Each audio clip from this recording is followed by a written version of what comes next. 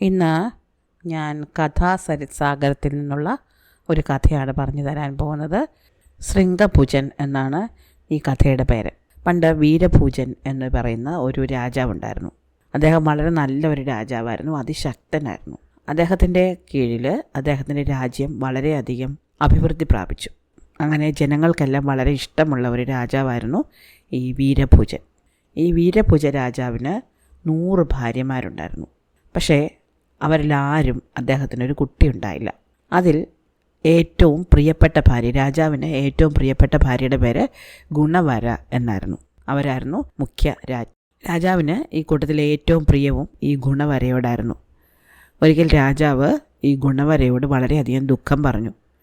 ഞാൻ രാജ്യത്തെ ഇത്രയധികം അഭിവൃദ്ധിപ്പെടുത്തി, നമ്മുടെ രാജ്യത്തെ ജനങ്ങളെല്ലാം വളരെ സന്തുഷ്ടരാണ്. അന്തഃപുരത്തിൽ എനിക്ക് 100 ഭാര്യമാരുണ്ട്, എന്നിട്ടും എൻ്റെ പാരമ്പര്യം നിലനിർത്താൻ എനിക്കൊരു മകനില്ലാതായി പോയല്ലോ. അപ്പോൾ വരഭുജ പറഞ്ഞു, അങ്ങ് വിഷമിക്കേണ്ട, അങ്ങക്ക് 100 ഭാര്യമാരുണ്ട്, ആരെങ്കിലും അങ്ങക്ക് ഒരു സന്താനത്തിന് തരാതിരിക്കില്ല, അങ്ങ് കാത്തിരിക്കൂ. പക്ഷേ രാജാവിന് ഈ ആശ്വാസവചനം ഒട്ടും സന്തോഷപ്രദമായിരുന്നില്ല. അദ്ദേഹം വീണ്ടും ഇതേപ്പറ്റി തന്നെ ഇരുന്ന് ആലോചിക്കുകയും ദുഃഖിക്കുകയും ചെയ്തു. അങ്ങനെ രാജാവ് ഇങ്ങനെ വളരെയധികം വിഷമിച്ചിരിക്കുമ്പോൾ കൊട്ടാരത്തിലെ തന്നെ വൈദ്യൻ വന്ന് അദ്ദേഹത്തെ കണ്ടു. എന്നിട്ട് പറഞ്ഞു, ഞാനൊരു പുതിയ മരുന്നുകൂട്ട് കണ്ടുപിടിച്ചിട്ടുണ്ട്. ഈ മരുന്നുകൂട്ട് കഴിച്ചാൽ തീർച്ചയായിട്ടും രാജ്ഞിമാർ ഗർഭവതികളാവും. അപ്പോൾ രാജാവ് പറഞ്ഞു, അങ്ങനെയാണെങ്കിൽ എത്രയും പെട്ടെന്ന് ഈ മരുന്നുകൂട്ട് ഉണ്ടാക്കി നമ്മുടെ രാജ്ഞിമാർക്ക് കൊടുക്കണം. അപ്പോൾ ഈ വൈദ്യൻ പറഞ്ഞു, എനിക്കതിന് വേണ്ടിയിട്ടൊരു വേട്ടക്കാരനെ വേണം. ഉടൻ തന്നെ ഏറ്റവും മിടുക്കനായൊരു വേട്ടക്കാരനെ കാട്ടിൽ നിന്ന് വരുത്തി. അയാളോട് പറഞ്ഞു, എനിക്ക് മലമുകളിൽ നിന്ന് നല്ലൊരു ആടിനെ കൊണ്ടുവരണം. സാധാരണ കാട്ടിൽ അലഞ്ഞു നടക്കുന്ന ആടല്ല, മലമുകളിൽ നിന്ന് കിട്ടുന്ന ആട് വേണം. അത് നല്ല ആരോഗ്യമുള്ള ആട് വേണം, നാളെ തന്നെ കൊണ്ടുവരണം. അങ്ങനെ ഈ വേടൻ വളരെ ബുദ്ധിമുട്ടിയാണെങ്കിലും കാട്ടിൽ മലയുടെ മുകളിൽ നിന്ന്, പർവ്വതത്തിൻ്റെ മുകളിൽ നിന്ന് ഒരു ആടിനെ പിടിച്ച് കൊണ്ടുവന്നു. ഈ ആടിനെ പിടിക്കാൻ വേണ്ടിയിട്ട് ഈ വേടൻ പോയ സമയത്ത് തന്നെ വൈദ്യൻ കൊട്ടാരത്തിലെ പാചകക്കാരനെ വിളിച്ചിട്ട്, എല്ലാ പാചകക്കാരും നാളെ രാവിലെ തയ്യാറായിട്ട് നിൽക്കണം, ഞാൻ തരുന്ന മരുന്നുകൾ ചേർത്ത് ഈ ആടിനെ പാകപ്പെടുത്തണം എന്ന് പറഞ്ഞു. മാത്രമല്ല ഈ മരുന്ന് കഴിക്കാൻ വേണ്ടി രാജ്ഞിമാരെല്ലാം തയ്യാറായിരിക്കാനും പറയണം. അങ്ങനെ എല്ലാ കാര്യങ്ങളും ഈ വൈദ്യൻ ഏർപ്പാടാക്കി. അങ്ങനെ രാജ്ഞിമാരെല്ലാം ഭോജനശാലയിൽ എത്തിച്ചേർന്നു. ഈ കൂട്ടത്തിൽ ആയാസലേഖ എന്ന പേരായ ഒരു രാജ്ഞി ഉണ്ടായിരുന്നു. ഈ രാജ്ഞി നോക്കിയപ്പോൾ ഏറ്റവും പ്രധാനപ്പെട്ട രാജ്ഞിയായ ഗുണവര എത്തിയിട്ടില്ല. ഇത് കണ്ടപ്പോൾ ആയാസലേഖയ്ക്ക് വളരെയധികം സന്തോഷം തോന്നി. ആയാസലേഖയ്ക്ക് എപ്പോഴും ഈ ഗുണവരയോട് വിരോധമുണ്ടായിരുന്നു, അസൂയുണ്ടായിരുന്നു. രാജാവിന് ഏറ്റവും പ്രിയപ്പെട്ടത് ഗുണവരയാണ് എന്ന് എല്ലാ രാജ്ഞിമാർക്കും അറിയാം, ആയാസലേഖയ്ക്കും അറിയാം. അത് ആയാസലേഖയ്ക്ക് ഒട്ടും ഇഷ്ടമുണ്ടായിരുന്നില്ല. അതുകൊണ്ട് തന്നെ ഗുണവര വരാതിരിക്കട്ടെ, അങ്ങനെയാണെങ്കിൽ ഗുണവരയ്ക്ക് കുട്ടികൾ ഉണ്ടാവുകയില്ലല്ലോ, ഞങ്ങൾക്കെല്ലാവർക്കും കുട്ടികൾ ഉണ്ടാവുകയും ചെയ്യും, അതോടെ രാജാവിന് ഗുണവരയോടുള്ള ഇഷ്ടം തീരും എന്ന് ആയാസലേഖ വിചാരിച്ചു. വൈദ്യനാണെങ്കിൽ പാചകക്കാരനോട് ചേർന്ന് ഒരുപാട് മരുന്ന് കൂട്ടുകളൊക്കെ ചേർത്ത് ആടിൻ്റെ മാംസം പാകപ്പെടുത്തി. അതിനുശേഷം ഇത് തയ്യാറായി എല്ലാവരും കഴിക്കാൻ വരാൻ പറഞ്ഞു. രാജ്ഞിമാരെല്ലാവരും ഈ മരുന്ന് കഴിക്കാൻ വേണ്ടിയിട്ട് ഭോജനശാലയിലിരുന്നു. വിളമ്പി കൊടുക്കുന്നതിന് മുമ്പായിട്ട് ആസ്ഥാന വൈദ്യനെ അവരെല്ലാവരും അനുഗ്രഹിച്ചു. ഈ മരുന്ന് കഴിച്ചിട്ട് നിങ്ങളെല്ലാവരും വീരഭുജ രാജാവിന് മിടുക്കരായ മക്കളെ സമ്മാനിക്കട്ടെ എന്ന്. അങ്ങനെ ഓരോരോ രാജ്ഞിമാരായിട്ട് അടുത്ത് ചെന്ന് ഈ മരുന്ന് കഴിക്കാൻ തുടങ്ങി. മരുന്ന് ചേർത്ത ആട്ടിറച്ചിക്കറി. അങ്ങനെ എല്ലാവരും കഴിച്ചു കഴിഞ്ഞപ്പോഴത്തേക്കും മരുന്ന് തീർന്നു. മരുന്ന് തീർന്നു കഴിഞ്ഞപ്പോഴാണ് വൈദ്യനും പാചകക്കാരനും ഒരു കാര്യം ശ്രദ്ധിച്ചത്. 99 രാജ്ഞിമാരെ മരുന്ന് കഴിച്ചിട്ടുള്ളൂ, ഒരാൾ കഴിക്കാൻ ബാക്കിയുണ്ട്. അത് ഗുണവര രാജ്ഞിയാണ്. വീരഭൂജ രാജാവിന് ഏറ്റവും അധികം ഇഷ്ടം ഗുണവര രാജ്ഞിയോടാണെന്ന് ഇവർക്ക് 2 പേർക്കും അറിയാം. അതുകൊണ്ട് ഈ രാജ്ഞിക്ക് മരുന്ന് കൊടുക്കാതിരുന്നാൽ രാജാവിനത് വലിയ ദുഃഖമായി തീരും എന്ന് അവർക്ക് 2 പേർക്കും ഉറപ്പുണ്ടായിരുന്നു. ഇവർ 2 പേരും പരിഭ്രാന്തരായിപ്പോയി. ഇവരിങ്ങനെ വിഷമിച്ച് നിൽക്കെ തന്നെ വീരഭൂജ രാജാവ് വരുന്നതായിട്ട് ഒരു പ്രഖ്യാപനം ഉണ്ടാകുകയും രാജാവും ഗുണവര രാജ്ഞിയും ആ സമയത്ത് അങ്ങോട്ട് വന്ന് കയറുകയും ചെയ്തു. ഗുണവര രാജ്ഞി ഈ മരുന്ന് തയ്യാറാകുന്നതിന് വേണ്ടിയിട്ട് വ്രതത്തിലിരിക്കുകയായിരുന്നു. ഒരു പ്രാർത്ഥനാ മുറിയിലായിരുന്നു. പ്രാർത്ഥനയ്ക്ക് ശേഷം വന്ന് മരുന്ന് കഴിക്കാമെന്ന് കരുതിയത് കൊണ്ടാണ് അവർ ഇത്തിരി താമസിച്ചു പോയത്. പക്ഷെ അവർ വന്നപ്പോഴേക്കും എല്ലാവരും ആകെ വിഷമിച്ച് നിൽക്കുന്നത് കണ്ടു. കാരണം മരുന്ന് തീർന്നു പോയി. ഗുണവര രാജ്ഞിക്ക് മരുന്ന് കിട്ടിയില്ല എന്നറിഞ്ഞിട്ട് രാജാവിന് വലിയ ദുഃഖമായിപ്പോയി. രാജാവ് പറഞ്ഞു, നീ എത്ര കാലം കൊണ്ടൊരു സന്താനത്തിന് വേണ്ടിയിട്ട് വ്രതങ്ങൾ എടുക്കുകയാണ്, ഈ മരുന്ന് തയ്യാറാവുന്നു എന്ന് കേട്ടപ്പോൾ മുതൽ നീ പ്രാർത്ഥനയിലായിരുന്നല്ലോ, ഇത് വലിയ കഷ്ടമായിപ്പോയി, നമ്മൾ എന്ത് ചെയ്യും? രാജാവും രാജ്ഞിയും ഇങ്ങനെ വിഷമിക്കുന്നത് കണ്ടപ്പോൾ മറ്റു രാജ്ഞിമാർക്ക് അസൂയ അടക്കാൻ പറ്റിയില്ല. അവർ വിചാരിച്ചു, ഞങ്ങൾക്കാർക്കെങ്കിലും മരുന്ന് കിട്ടാതെ വന്നതെങ്കിൽ രാജാവ് ഇങ്ങനെ വിഷമിക്കുമായിരുന്നില്ല. ഈ ഗുണവര രാജാവിനെ ചൊൽപ്പടിക്ക് നിർത്തിയിരിക്കുകയാണ്. ഗുണവരയുടെ മായാവലയത്തിലാണ് രാജാവ്. അതുകൊണ്ടാണ് അദ്ദേഹം അവൾക്ക് വേണ്ടി ഇത്രയധികം ദുഃഖിക്കുന്നത്. മരുന്ന് തീർന്നു എന്ന് പറഞ്ഞിട്ട് രാജാവിന് കുറച്ച് ദേഷ്യവും വന്നു. രാജാവ് പറഞ്ഞു, ഞാൻ ഗുണവരയ്ക്ക് വേണ്ടിയിട്ടാണ് ഈ മരുന്ന് തയ്യാറാക്കാൻ പറഞ്ഞത്. അവളിൽ നിന്ന് എനിക്ക് ഉത്തമനായ ഒരു സന്താനത്തെ കിട്ടുമെന്ന് എനിക്ക് ഉറപ്പുണ്ടായിരുന്നു. പക്ഷേ അവൾക്ക് എന്തുകൊണ്ട് നിങ്ങൾ മരുന്ന് ബാക്കി വെച്ചില്ല? മറ്റ് രാജ്ഞിമാർക്ക് കൊടുക്കുമ്പോൾ അവൾക്ക് കൂടി വേണം എന്ന് ശ്രദ്ധിക്കേണ്ടതല്ലായിരുന്നോ? രാജാവിന് ദേഷ്യം വരുന്നു എന്ന് കണ്ട മറ്റ് രാജ്ഞിമാരെല്ലാം പെട്ടെന്ന് അവിടെ നിന്ന് പിൻവാങ്ങി അന്തഃപുരത്തിലേക്ക് പോയി. അവസാനം രാജാവ് ഈ വൈദ്യനെ വിളിച്ചിട്ട് ചോദിച്ചു, മറ്റൊരു മാർഗവുമില്ലേ ഇവൾക്ക് കൂടി ഇത്തിരി മരുന്നുണ്ടാക്കാൻ? അപ്പോൾ വൈദ്യൻ പറഞ്ഞു, മരുന്ന് കൂട്ടുകളെല്ലാം ഉണ്ട്, പക്ഷേ ഈ ആടിൻ്റെ ഇറച്ചി മാത്രമാണ് തീർന്നു പോയത്. മാത്രമല്ല ഇന്നൊരു പ്രത്യേക ദിവസമാണ്. ഇന്ന് ഈ മരുന്ന് തയ്യാറാക്കിയാൽ മാത്രമേ ഇത് ഫലിക്കുകയുണ്ടായിരുന്നുള്ളൂ. അപ്പോൾ ആ ദിവസം തീരാറായി. അതുകൊണ്ട് ഇനിയിപ്പോൾ ആടിനെ കൊണ്ടുവരാൻ പറ്റില്ല. പക്ഷേ ഈ ആടിൻ്റെ ദേഹത്ത് എന്തെങ്കിലും കുറച്ച് മാംസം ബാക്കിയുണ്ടെങ്കിൽ നമുക്കതുണ്ടാക്കാം. പ്രത്യേകിച്ച് അതിൻ്റെ കൊമ്പുണ്ടെങ്കിൽ നമ്മൾ രക്ഷപ്പെട്ടു. അങ്ങനെ ഈ കശാപ്പുകാരനെ അവർ വിളിച്ചു, കൊട്ടാരത്തിലെ കശാപ്പുകാരനെ. എന്നിട്ട് ചോദിച്ചു, ഇന്ന് കൊന്ന ആടിൻ്റെ എന്തെങ്കിലും ഭാഗം ബാക്കിയുണ്ടോ? അപ്പോൾ അയാൾ പറഞ്ഞു, ഉണ്ട്, അതിൻ്റെ കൊമ്പ് ഞാൻ ബാക്കി വെച്ചിട്ടുണ്ട്. കാരണം അതിൻ്റെ കൊമ്പിന് നല്ല നീളമായിരുന്നു, കാണാൻ നല്ല ഭംഗിയായിരുന്നു, നല്ല രാജകീയമായൊരു കൊമ്പായിരുന്നത്. അപ്പോൾ ആ കൊമ്പ് ഞാൻ ബാക്കി വെച്ചിട്ടുണ്ട്.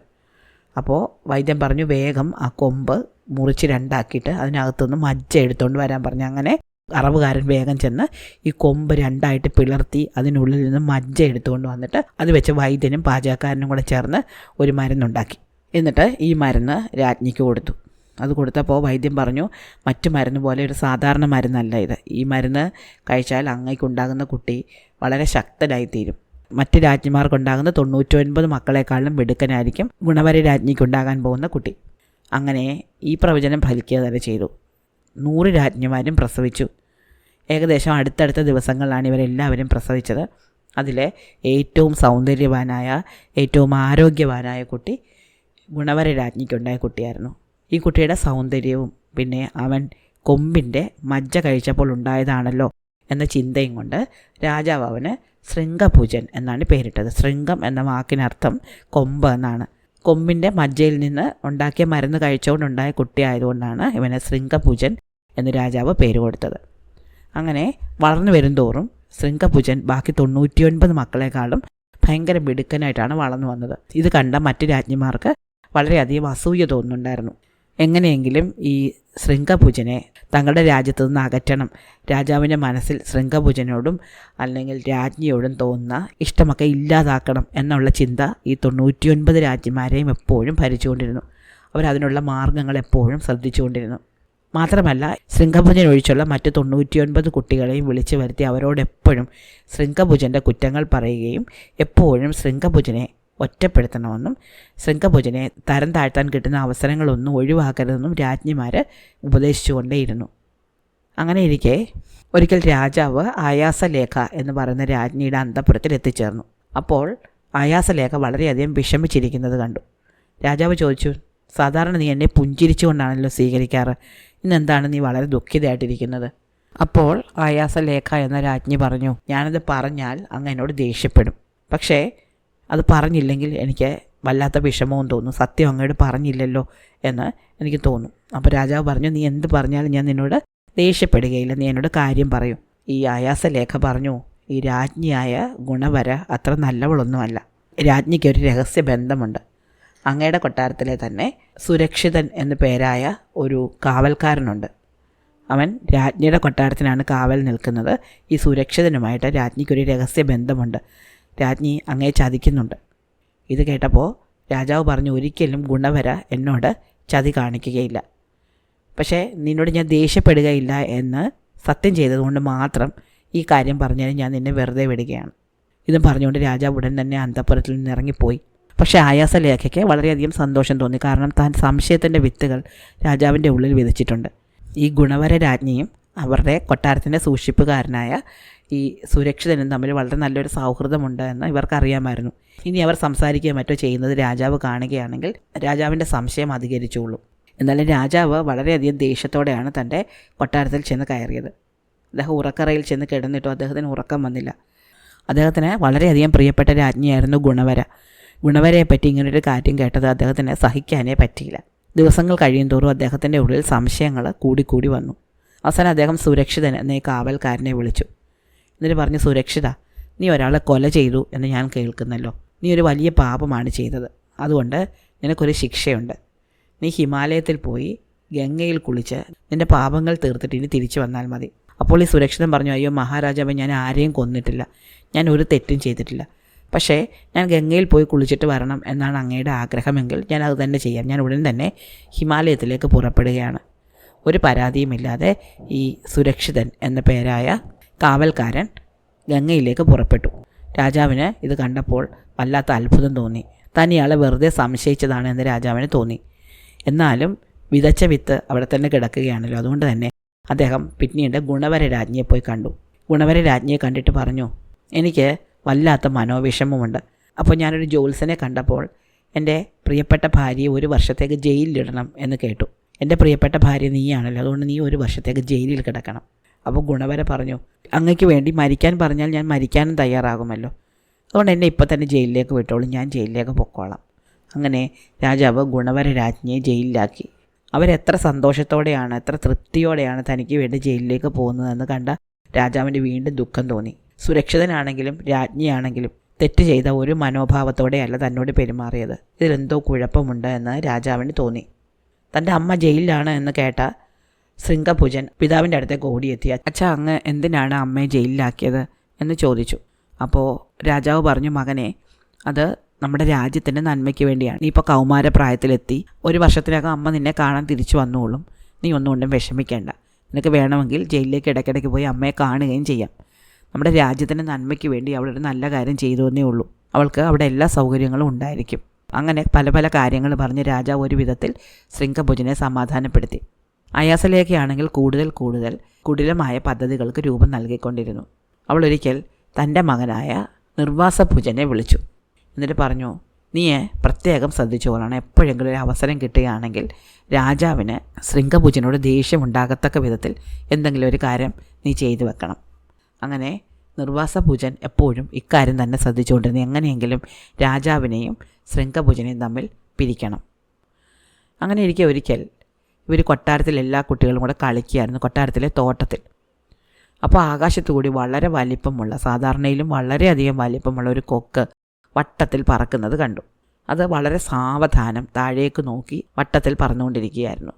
അപ്പോൾ കുട്ടികൾ ഇത് കണ്ട് വളരെ അത്ഭുതത്തോടെ മേളിലേക്ക് നോക്കിയപ്പോൾ കൊട്ടാരത്തിലെ മുതിർന്ന ഒരാൾ വന്ന് പറഞ്ഞു, അതൊരു സാധാരണ കൊക്കല്ല, അത് അഗ്നിശിഖൻ എന്ന് പറയുന്ന ഒരു രാക്ഷസനാണ്. ഇപ്പോൾ ഇവിടെ നമ്മുടെ കൊട്ടാരത്തിൽ പറന്ന് നടക്കുന്നുണ്ട്, കുഴപ്പമില്ല. പക്ഷേ പുറത്തേക്ക് ഇറങ്ങുകയാണെങ്കിൽ ചെറിയ കുട്ടികളൊക്കെ ഉണ്ട്. ചിലപ്പോൾ ഈ രാക്ഷസൻ അവരെ ആരെങ്കിലും പിടിച്ചുകൊണ്ട് പോകാൻ സാധ്യതയുണ്ട്. അപ്പോൾ ഈ രാജകുമാരന്മാരെല്ലാവരും കൂടി പറഞ്ഞു, അങ്ങനെയാണെങ്കിൽ നമുക്കതിനെ അമ്പ് ചെയ്ത് താഴെ വീഴ്ത്താം. അങ്ങനെ എല്ലാവരും അവരവരുടെ അമ്പും വില്ലുമൊക്കെ എടുത്തുകൊണ്ട് വന്നു, എയ്തു. പക്ഷേ ഈ പക്ഷി താഴെ വീണില്ല, ഒരു അമ്പ് പോലും അതിൻ്റെ ദേഹത്ത് കൊണ്ടില്ല. അപ്പോൾ ഇത് കണ്ടുകൊണ്ട് ശൃംഗഭുജൻ അങ്ങോട്ട് വന്നു. ഈ കാര്യങ്ങളൊക്കെ ശൃംഗഭുജൻ അറിഞ്ഞു. അപ്പോൾ ശൃംഗഭുജൻ പറഞ്ഞു, ഞാനിന്ന് നോക്കട്ടെ. അങ്ങനെ അവൻ വില്ലു കുലച്ചു. അങ്ങനെ വില്ലു കുലച്ചപ്പോഴത്തേക്ക് മറ്റു രാജകുമാരന്മാരെല്ലാവരോട് വന്ന് പറഞ്ഞു, നീ വെറുതെ വില്ലു കുലച്ചിട്ട് കാര്യമില്ല, കാരണം ഞങ്ങളെല്ലാവരും പരീക്ഷിച്ചതാണ്, ഇതിനെ അങ്ങനെ വീഴ്ത്താൻ പറ്റില്ല. നമ്മുടെ പിതാവിൻ്റെ മുറിയിൽ വളരെ ദിവ്യമായ ഒരു സ്വർണ്ണ അമ്പിരിപ്പുണ്ട്. അത് അദ്ദേഹത്തിന് പണ്ടെങ്ങോ ആരോ ഒരു വരമായിട്ട് കൊടുത്തതാണ്. അതെടുത്തുകൊണ്ട് വന്ന് നീ ഈ രാക്ഷസനെ എയ്ത് വീഴ്ത്താൻ നോക്ക്. അദ്ദേഹം തുടരുന്നൊക്കെ പറഞ്ഞിട്ടുള്ളതാണ്. അതുകൊണ്ട് നമുക്ക് അതിനെ എയ്ത് വീഴ്ത്തി കഴിഞ്ഞ ഉടനെ അതെടുത്ത് തിരിച്ചു കൊണ്ടുവന്ന് വെക്കാം. പിതാവ് ഇപ്പോൾ കൊട്ടാരത്തിലില്ല, അദ്ദേഹം പുറത്തെവിടെ പോയിരിക്കുകയാണ്. ഈ സമയത്ത് ഇത് ചെയ്താൽ ആരും അറിയാൻ പോകുന്നില്ല. അപ്പോൾ ശൃംഗഭുജനൊന്ന് സംശയിച്ചു. പക്ഷേ അപ്പോൾ സഹോദരന്മാരെല്ലാവരും കൂടെ നിർബന്ധം പിടിക്കാൻ തുടങ്ങി. പ്രത്യേകിച്ചും ആയാസലേഖയുടെ മകനായ നിർവാസഭുജൻ ഇവനെ പ്രത്യേകമായിട്ട് നിർബന്ധിച്ചു. ഒന്നും പേടിക്കാനില്ല, പിതാവിൻ്റെ മുറിയിൽ ചെന്ന് ആ അമ്പ് എടുത്തുകൊണ്ട് വാ എന്ന് അവർ നിർബന്ധമായിട്ട് ഇവനോട് പറഞ്ഞു. അങ്ങനെ അവസാനം ശൃംഗഭുജൻ പിതാവിൻ്റെ മുറിയിലെത്തി. അദ്ദേഹം വളരെ കാര്യമായിട്ട് സൂക്ഷിച്ചു വെച്ചിരുന്ന ഈ സ്വർണ്ണ അമ്പ് എടുത്തുകൊണ്ട് വന്ന് ഈ പക്ഷിക്ക് നേരെ എയ്തു. അത് അതിൻ്റെ ദേഹത്ത് തുളഞ്ഞു കയറി, പക്ഷേ അത് താഴെ വീണില്ല. അത് ആ അമ്പുമായിട്ട് തിരിച്ച് പറന്നു പോയി കളഞ്ഞു. അതോടെ രാജകുമാരന്മാരെല്ലാവരും തിരിഞ്ഞു. അവർ പറഞ്ഞു, ആ പക്ഷി താഴെ വീണില്ല, പിതാവിൻ്റെ അമ്പ് നമ്മളിങ്ങനെ എങ്ങനെ തിരിച്ചു കൊടുക്കും? അദ്ദേഹം തിരിച്ചു വരുമ്പോൾ ആ മുറിയിൽ അത് കണ്ടില്ലെങ്കിൽ ദേഷ്യപ്പെടും. അപ്പോൾ ശൃംഗഭുജൻ പറഞ്ഞു, നിങ്ങൾ അക്കാര്യത്തിൽ പേടിക്കേണ്ട, ഞാൻ പോയി എടുത്തുകൊണ്ട് വന്നോളാം.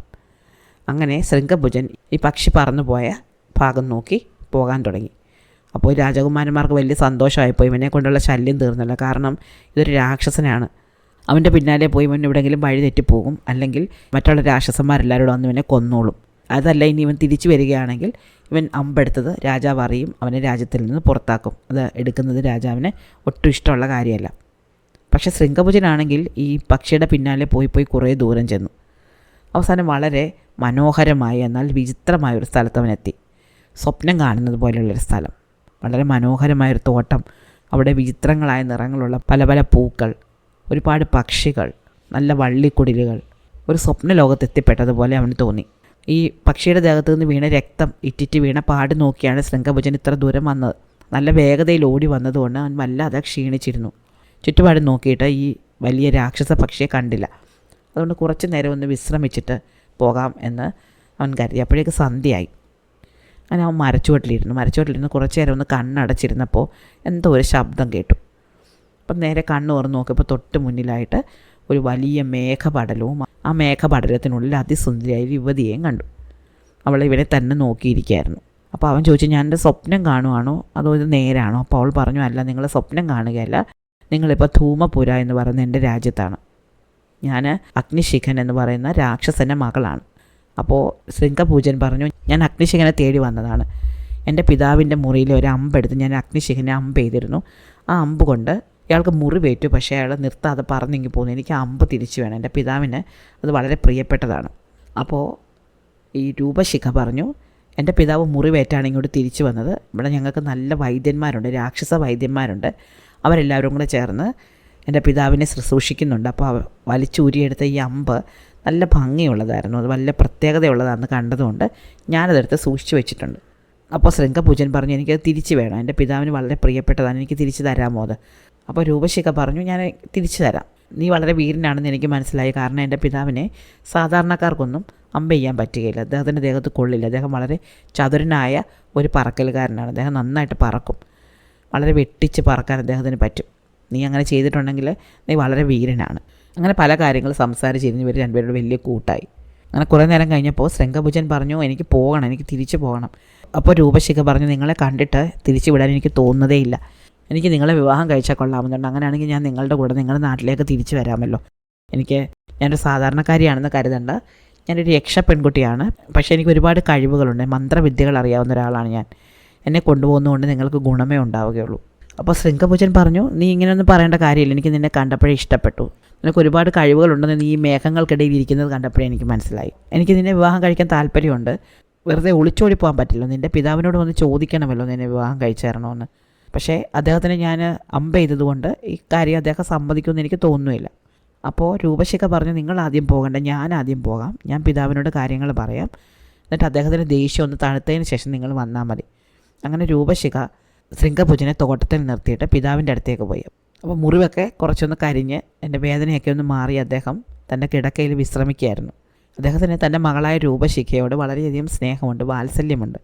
അതുകൊണ്ട് രൂപശിഖ ചെന്നിട്ട് പിതാവിൻ്റെ അടുത്തിരുന്ന് അദ്ദേഹത്തെ തലോടി കുറച്ച് നേരമൊക്കെ ഇരുന്നിട്ട് പറഞ്ഞു, പിതാവ്, എനിക്ക് അങ്ങയുടെ വലിയൊരു ആഗ്രഹം പറയാനുണ്ട്, എനിക്കത് സാധിച്ചു തരണം. അപ്പോൾ തൻ്റെ മകൾ ഇങ്ങനെ സാധാരണ ആഗ്രഹങ്ങളൊന്നും പറയാത്തത് കൊണ്ട് ഈ രാക്ഷസൻ പറഞ്ഞു, അതിനെന്താ നീ ചോദിക്കും, ഞാൻ സാധിച്ചു തരാം.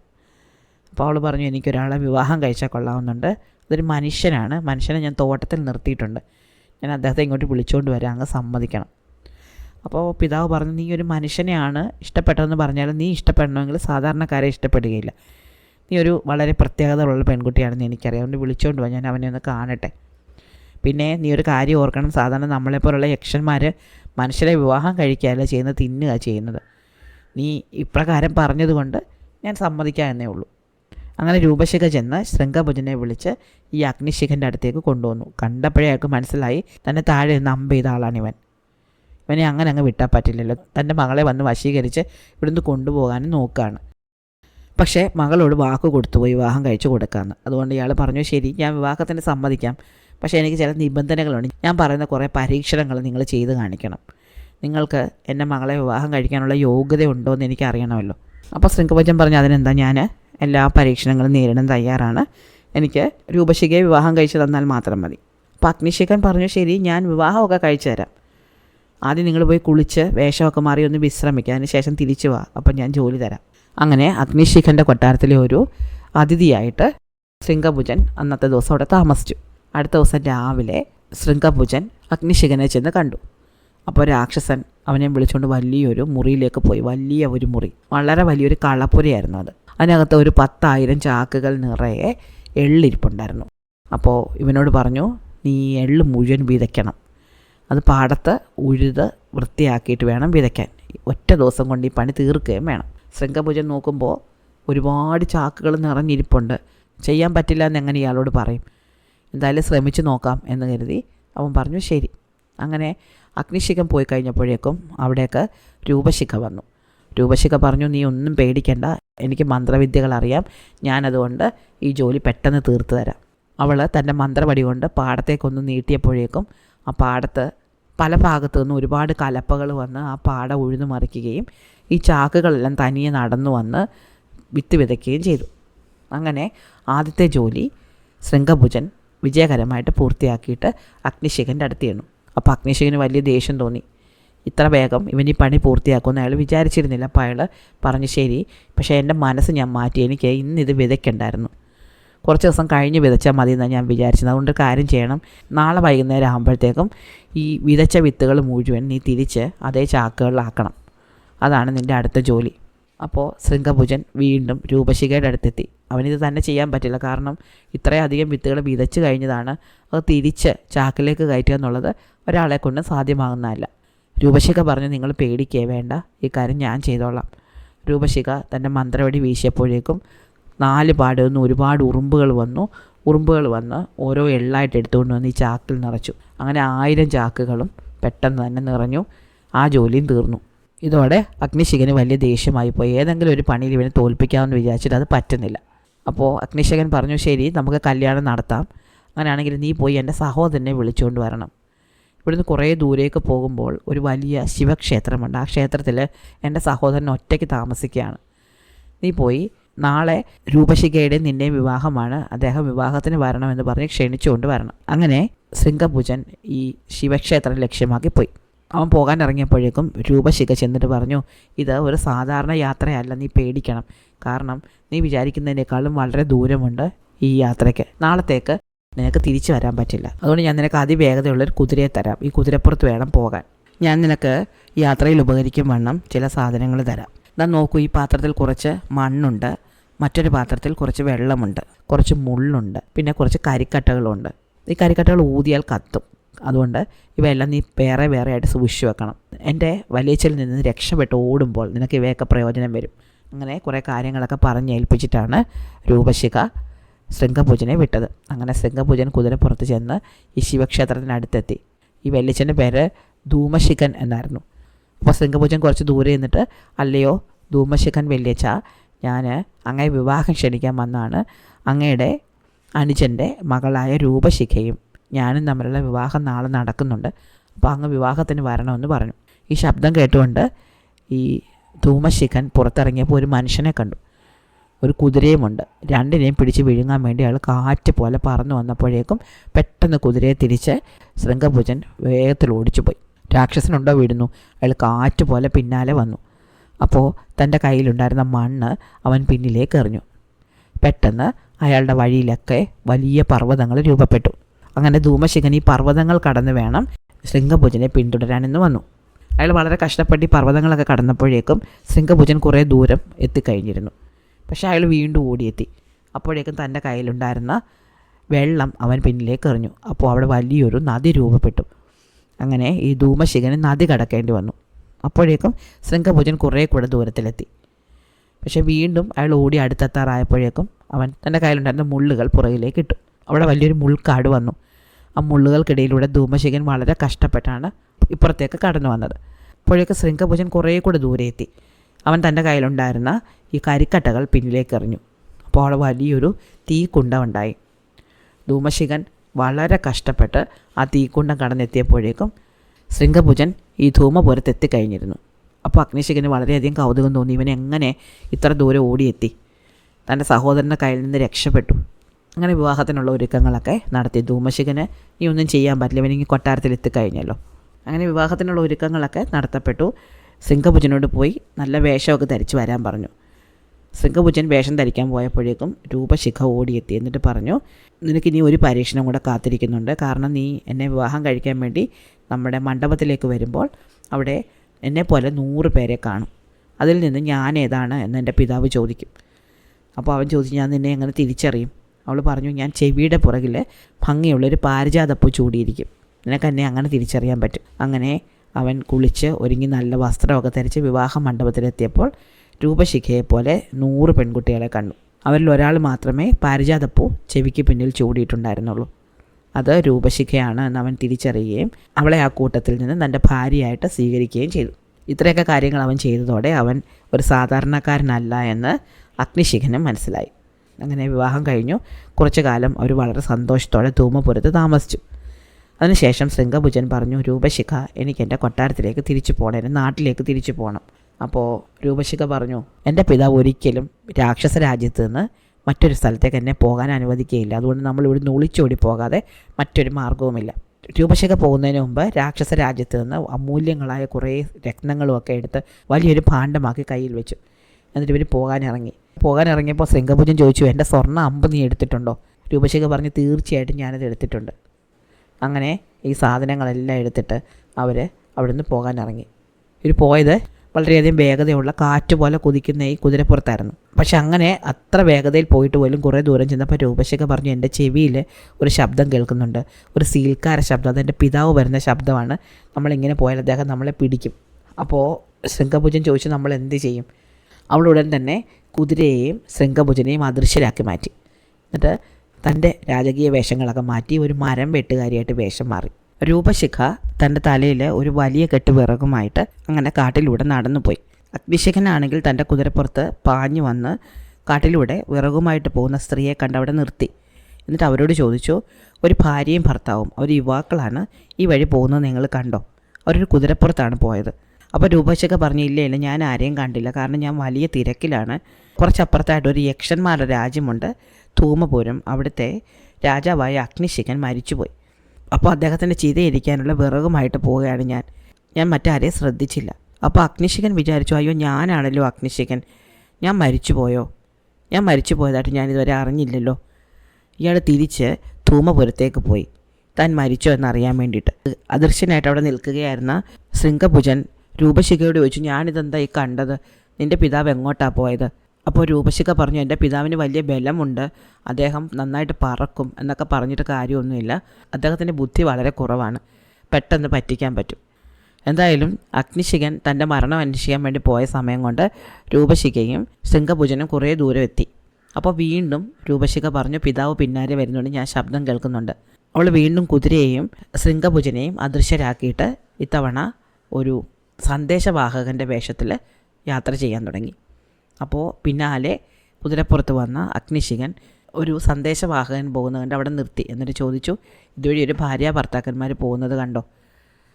അപ്പോൾ ഈ സന്ദേശവാഹകൻ പറഞ്ഞു, ഇല്ല, ഞാൻ ആരെയും കണ്ടില്ല, ഞാനൊരു സന്ദേശവുമായിട്ട് പോവുകയാണ്.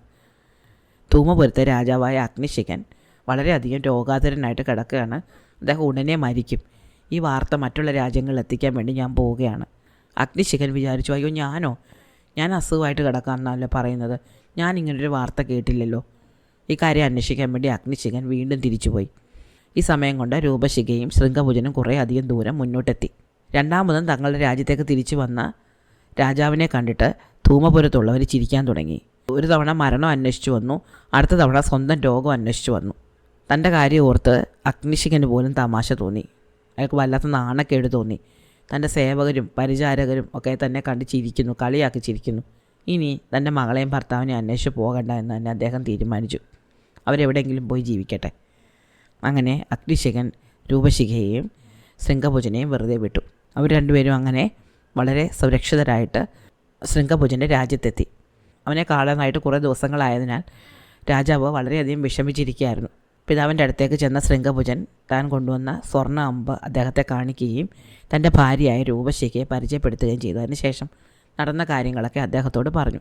അപ്പോൾ ഈ അമ്പ് ഇവൻ അഗ്നിശിഖൻ്റെ നേരെ ചെയ്ത കാര്യമൊന്നും മറ്റ് 99 രാജകുമാരന്മാരും രാജാവിനോട് പറഞ്ഞിരുന്നില്ല. ആ സ്വർണ്ണ അമ്പ് മോഷ്ടിച്ചുകൊണ്ട് ശൃംഗഭുജൻ നാട് വിട്ടുപോയെന്നാണ് അവരും അവരുടെ അമ്മമാരായ രാജ്ഞിമാരും രാജാവിനെ അറിയിച്ചിരുന്നത്. ഇങ്ങനെ അഗ്നിശിഖൻ എന്ന രാക്ഷസനെ അമ്പ് ചെയ്തിട്ടാണ് ആ അമ്പ് നഷ്ടപ്പെട്ടതെന്ന് അറിഞ്ഞപ്പോൾ രാജാവിന് വലിയ സന്തോഷം തോന്നി. രാജാവ് അപ്പോൾ വിചാരിച്ചു, എൻ്റെ രാജ്ഞിയെപ്പറ്റിയും ഒക്കെ ഇവർ പറഞ്ഞ കാര്യങ്ങളൊക്കെ സത്യമാകാൻ ഇടയില്ലല്ലോ. അപ്പോൾ ഈ കാര്യത്തെപ്പറ്റി കൂടുതൽ അന്വേഷിക്കാൻ വേണ്ടിയിട്ട് അതുവരെ നടന്ന കാര്യങ്ങളെപ്പറ്റിയൊക്കെ രാജാവ് വീണ്ടും ഒന്നുകൂടി ചിന്തിച്ചു. അപ്പോൾ ആയാസലേഖയുടെ കൊട്ടാരത്തിൽ വെച്ച് നടന്ന കാര്യങ്ങളെപ്പറ്റിയൊക്കെ അദ്ദേഹം ഓർത്തു. അങ്ങനെ അദ്ദേഹം മയക്കുമരുന്ന് ചേർത്ത കുറച്ച് മദ്യവുമായിട്ട് ആയാസലേഖയുടെ അന്തഃപുരത്തിലേക്ക് പോവുകയും അവരെ വളരെ സ്നേഹപൂർവ്വം അത് കുടിപ്പിക്കുകയും ചെയ്തു.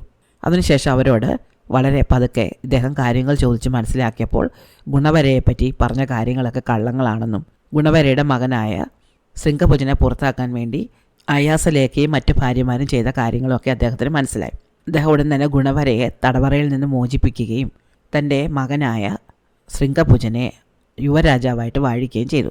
തൻ്റെ മറ്റ് 99 പുത്രന്മാരെയും ഭാര്യമാരെയും ശിക്ഷിക്കാൻ അദ്ദേഹം ഒരുങ്ങിയെങ്കിലും ഗുണവരയും മകനും ചേർന്ന് അങ്ങ് തടഞ്ഞു.